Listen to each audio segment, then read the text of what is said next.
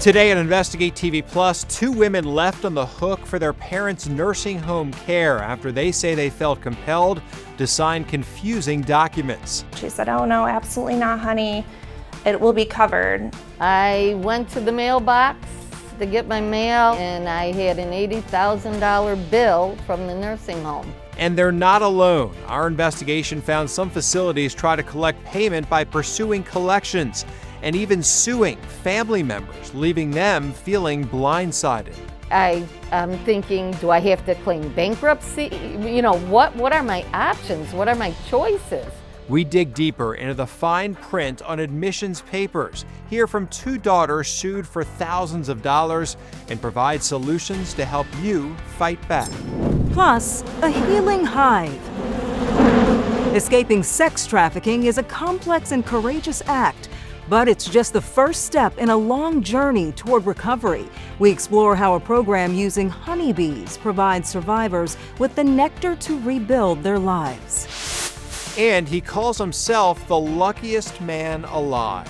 I was bedridden, and just to be able to stand up. We show you how perseverance and a creative mind inspired him to overcome improbable odds. In-depth stories that inform and inspire. You're watching Investigate TV Plus. The decision to move someone you love into a nursing home can be stressful and sometimes overwhelming. Experts say it's crucial to approach this transition with sensitivity, empathy, and preparation. But even with preparation and reassurances from nursing homes, some families are getting hit with an unwelcome surprise. I'm Tisha Powell. And I'm Lee Zurich. Our investigation found some facilities aggressively pursue family and friends for unpaid stays, and it often involves paperwork signed during the admission process. Some admission agreements may include terms like responsible party or joint and several liability that can be confusing or attempt to make a third party financially liable for a resident. Investigative reporter Chris Nakamoto examines tactics some nursing homes use to collect debt, how the process affected 2 families, and solutions to avoid the burden. Elizabeth Bovenzi put her family first, which is why it was so difficult when her dementia progressed. The insidious disease forced her family to house her in a nursing home in Rochester, New York. Her daughter, Toni Cook, signed this agreement for her mom during her admission. The line where she signed her name reads resident or power of attorney, even though she was neither. I wanted to read through them, which they pulled it right away and said, "Oh, no. You're not going to be responsible for anything." She came in, and when she was admitted, she came in with Medicaid and Medicare. And they assured me that her bills were going to be being paid by these 2 insurances. Without hesitation, she signed those documents. Her mother lived for about 6 months until she died in November of 2024. Months later, her death delivered an unexplainable blow. I went to the mailbox to get my mail sometime in May, and I had an $80,000 bill from the nursing home. Well, I called them and I told them that I was not responsible for her bills. A few months down the line after that, I got a process server knocking on my door, serving me with legal papers that I was being sued. Unknown to Cook at the time, the documents she signed were used against her, with the nursing home saying her mom never applied for Medicaid. So Cook was on the hook for her mother's unpaid bills, with the total coming in at $170,000. Cook had to get lawyers to help, challenging the nursing home's lawsuit, saying the admissions agreement does not include language making it clear that she would be held liable for her mom's finances. Her lawyers also fired back, saying this process is unenforceable under federal law, which bars third-party guarantees of payment as a condition of admission.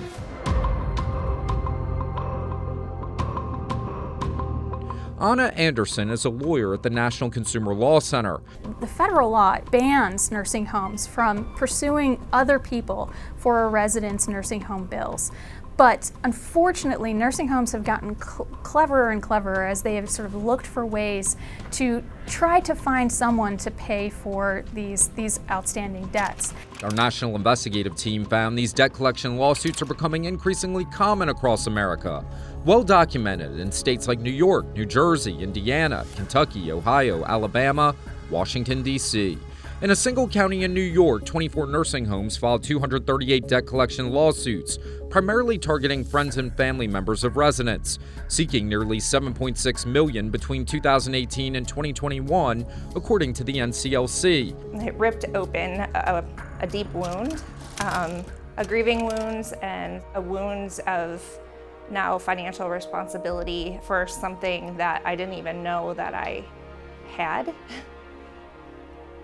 Lynn Marie Witt also ran into trouble after signing these documents to admit her mother, Joan Januszewski, into a nursing home. At the time, she was living in her car and says she was stressed signing the papers. And I remember asking at the time, because I didn't understand what I was signing, does this make me responsible, financially responsible?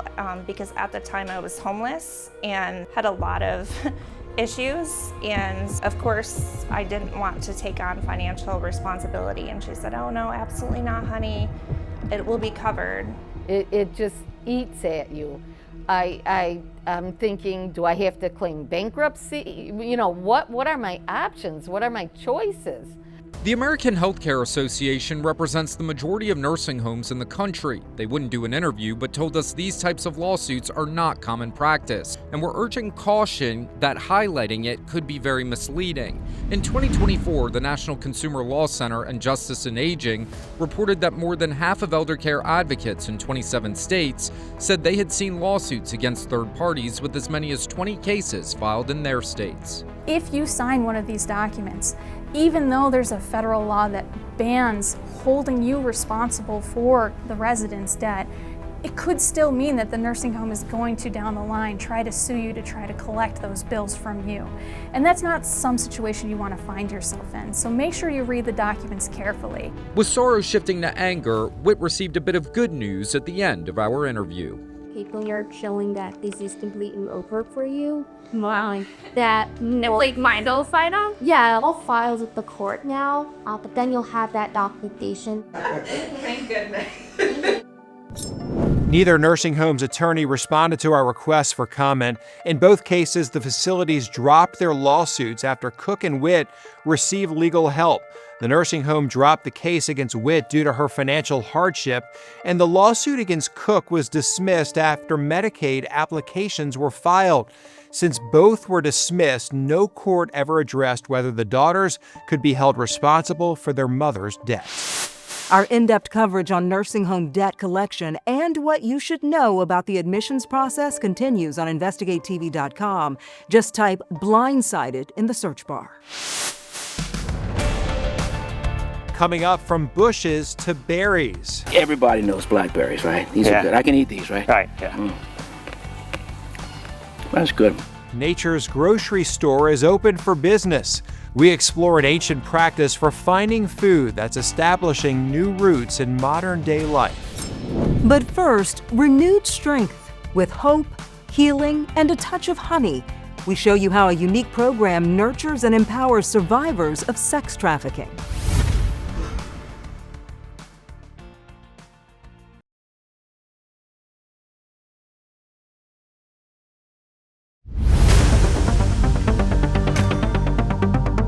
The bright lights and promises of a big city. Countless young women lured by the chance for a better life, but many times something sinister hides behind the promise of opportunity. It's known as human trafficking, and the U.S. Justice Department describes it as a crime of exploitation. The DOJ says traffickers often use force, fraud, and coercion to compel someone into services. Alexandria Wall, with a Virginia-based victim support nonprofit Safe Harbor, says there are several red flags to look out for. Oftentimes their trafficker will speak for them. Their trafficker controls the money. They don't typically have any money in their own control. They have very few of their own personal possessions.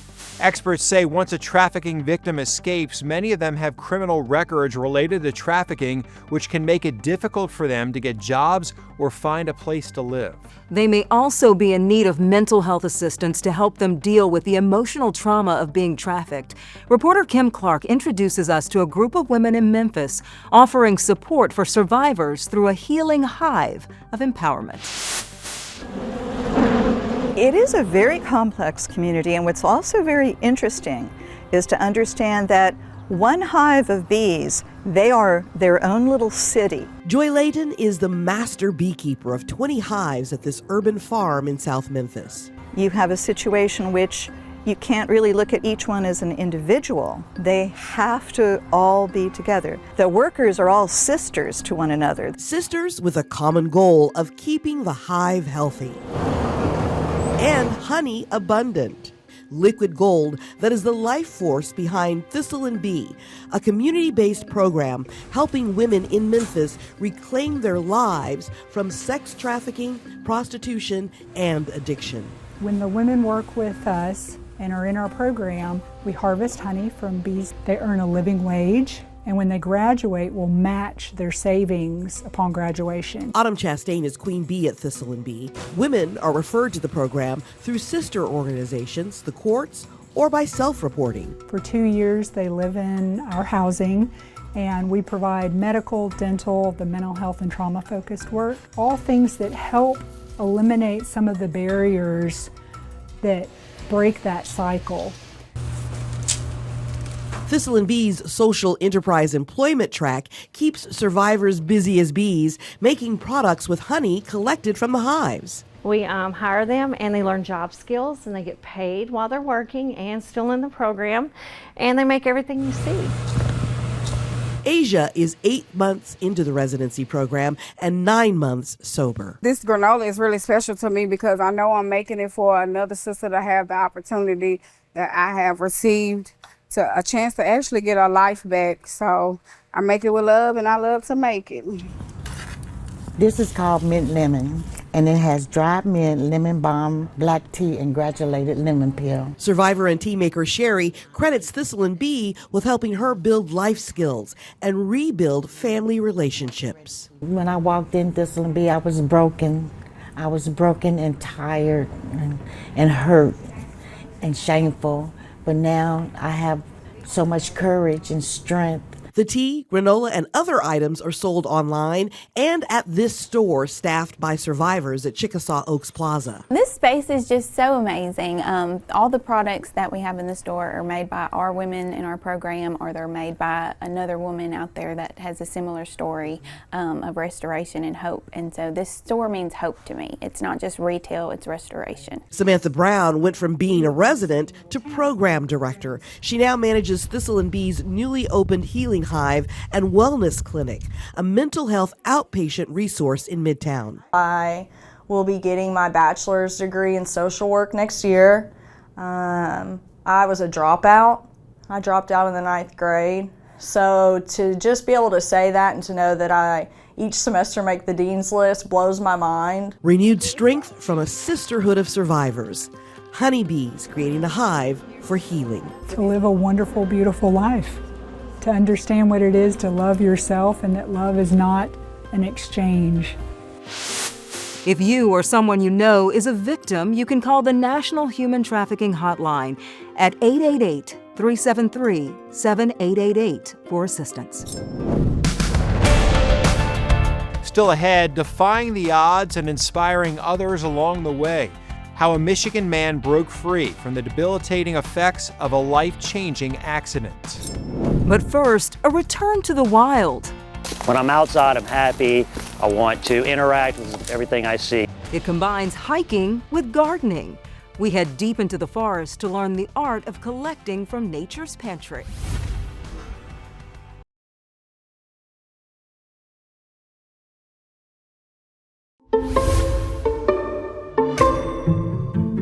While many of us are accustomed to picking up things at the grocery store, some would rather explore nature's produce aisle. But before you take a bite, it's important to know what you can eat and what can make you sick out in the wild. Photojournalist Rick Porche learns the rules of foraging from a man sharing his love for the edible outdoors. John Nettles lives to be outdoors. When I'm outside, I'm happy. I want to interact with everything I see. I want to climb trees, I want to explore paths, and I want to eat as well. So that stuff's not edible. The Prairieville native has a passion for all things edible. We're about to enter chanterelle season, which is my second favorite Louisiana season other than crawfish. Today he's on a quest for chanterelle mushrooms. Those beautiful orange fungi that blanket bottomland hardwoods when the condition is just right. They have a great fragrance, a nice leathery texture, and they can stand up to cooking in pastas, sometimes even crawfish boils. But John will forage for just about anything he can find while he's out for a hike. And this is a yopon holly, and for this, what you would do is you would just break off the leaves, and you could go home and roast it as dark as you want, and steep it and make tea. And so in late June, they're short right now, but they're going to be very tall vines, and they're going to drop a very sweet, pitted fruit that many southern people know about. It's called a muscadine. There's a lot of antioxidants in them that prevent them from decaying quickly. So you can often scoop them up from the forest floor and fill up a basket. Everybody knows blackberries, right? These are good. I can eat these, right? Right, yeah. That's good. We used to eat these as a kid. We used to pick these. You see a lot of these? Yeah, I see a lot of these. Used to feast on these as a kid, too. Yeah. They seem to be having a particularly good year this year. Are they? They're good. Yeah. Blackberries. Now, you might be hesitant to pluck something from the trail and pop it into your mouth. Just crunch on raw. John says it's safe as long as you follow a few rules. Always make sure you know what you're getting by getting multiple sources of identification. Make sure you don't eat anything that could have taken in some poison from the environment, like don't eat any food that's near ditches or that may have been treated with pesticides. Don't eat food or wild plants that look like they are decaying or in bad shape. And always be aware of your own allergies. Those are chanterelle mushrooms. Okay. If you come over here at the right time, maybe next week at this time, you probably see a lot more and a lot larger, provided you get a little bit of rain. Very cool mushroom. It was pretty dry the week John took these folks out. The bud is here. But with this week's rain, those chanterelles should be popping up just about everywhere. So don't be surprised if you find John out on the trail. It's called a wood ear. Foraging for food to fill his kitchen, fresh from the forest floor. I did recognize the blackberries, but I would be nervous about anything else. I agree. My wife and kids will sometimes, eat stuff when they're, foraging around, but I'm just like, nope, I'm going to wait till I go to a grocery store and see it that way. Or we'll have to take the class. Or the class, and maybe I'll learn I don't want to do anything wrong. Well, up next, an accident survivor shows us what it means to never give up. If you stimulate your mind and then your body follows it. His inspiring journey of healing and hope.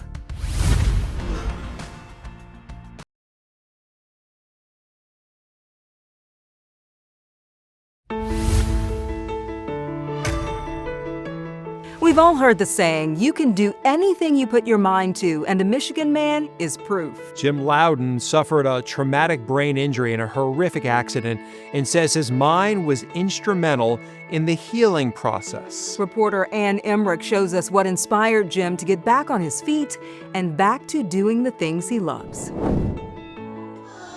Jim Loudon is a popular guy at the Hope Network's neurorehabilitation facility in East Lansing. All I'm asking is for a little respect.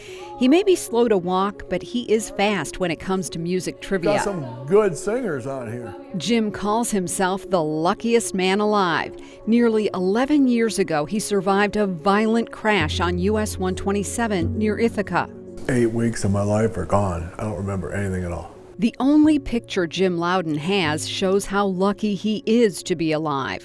He was driving this motorhome when a truck traveling the other way blew a tire, flew over the median, and struck him head on. I was tumbling head over heels through space, I remember that, which was really kind of cool.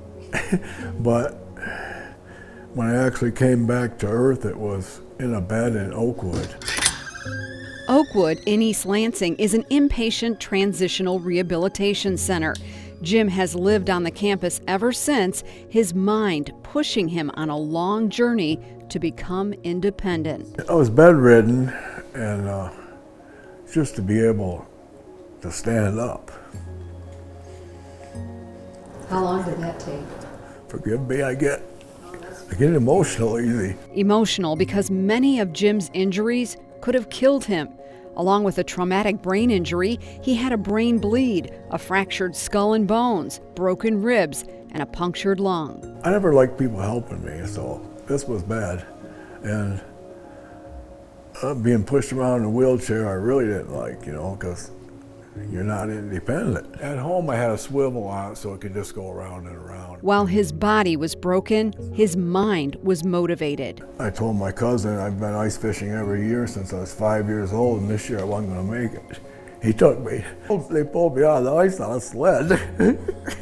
Jim really is a powerful story for others to follow, because even though he still needs help with some things, he's a pretty independent guy. And he's a pretty positive guy. I think you have to keep doing stuff to be able to keep doing stuff. Before the accident, Jim was a builder, specializing in making adjustments for the physically disabled. It's not lost on him how that circle has closed. I worked all over southern Michigan, widening doorways and building ramps. A lot of ramps. And the sooner you build that ramp, the sooner they can get them out of the hospital. I even built my own ramp. You know, I thought the smile would take a long time, but I got that first try. Independence fueled by a creative mind. Jim is an artist on canvas, on cardboard, and with metal. How important is art to your healing?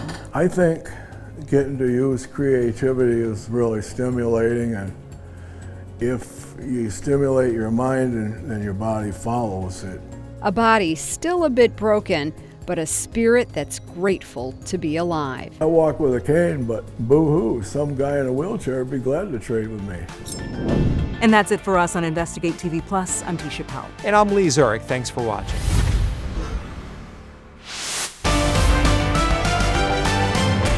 On the next Investigate TV Plus, federal agents raid the wrong house and a young boy wakes up to a SWAT team in his bedroom. 1 second I'm asleep, next thing I know I have a gun pointed at my face. We take an in-depth look at what happened after FBI agents admitted their mistake and examine a major decision that could clear the way to hold the federal government accountable.